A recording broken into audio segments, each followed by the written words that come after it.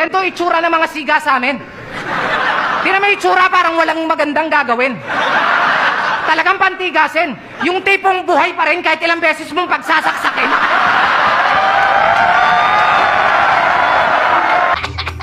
Gunggong! Barinig kita sa mukha eh!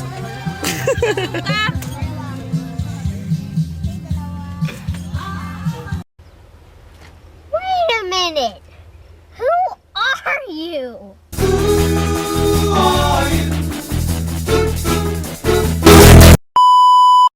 We are going to Navitas.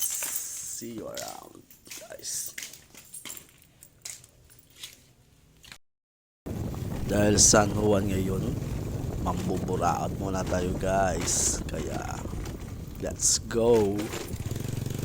What?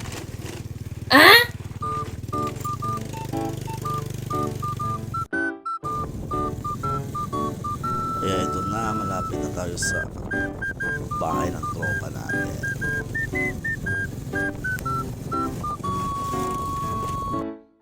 Napakagwapo ko talaga sa video, sa personal, not sure.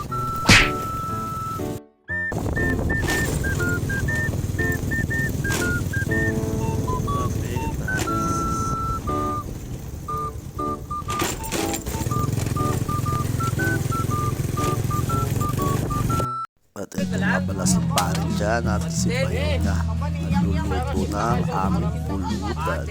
At dito rin pala si Bebang, ang anak ng tropa naming Kasul. At meron din pala kaming pulutan na pusit, fresh from the sea. At dumating na nga yung tropa naming Kasul na wala nang leeg. What? Akala ko nga talaga inuman to. Pero puro sila may partner. Ano ba to? Date? Tropa mong inuna pa yung pulutan kaysa sa shot niya.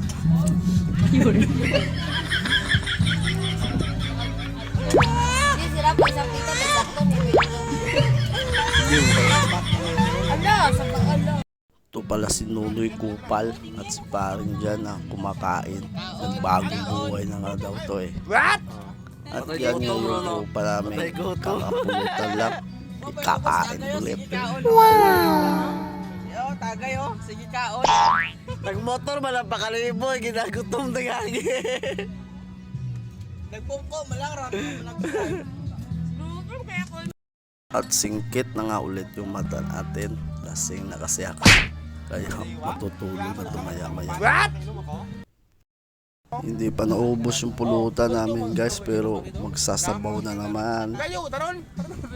Lasing na rin yata si Paring dyan. Naka-loudspeaker na.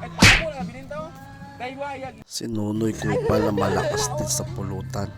Ginagawang kainan. Sweet, no? Ang sarap niyong ihagis sa dagat, mga animal. Ito na, guys. Yan na. Lakas sa pulutan. Pero may pagka-gentleman din pala si Nunoy na to. Kahit kupal. What? Yan nga. Binigyan niya yung jowa niya para hindi siya masakit. At ito ngayon tupa namin. Humihigop na naman ng sabaw. Para walang kabusugan to. Katawan pa lang para ng lumba-lumba.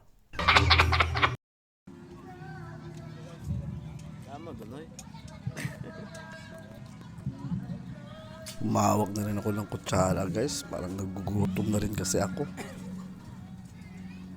Kaya titikman natin din yung sabaw nila. Dito na nagtatapos, guys, kasi nakatulog na ako after nito. खत्म bye bye tata goodbye गया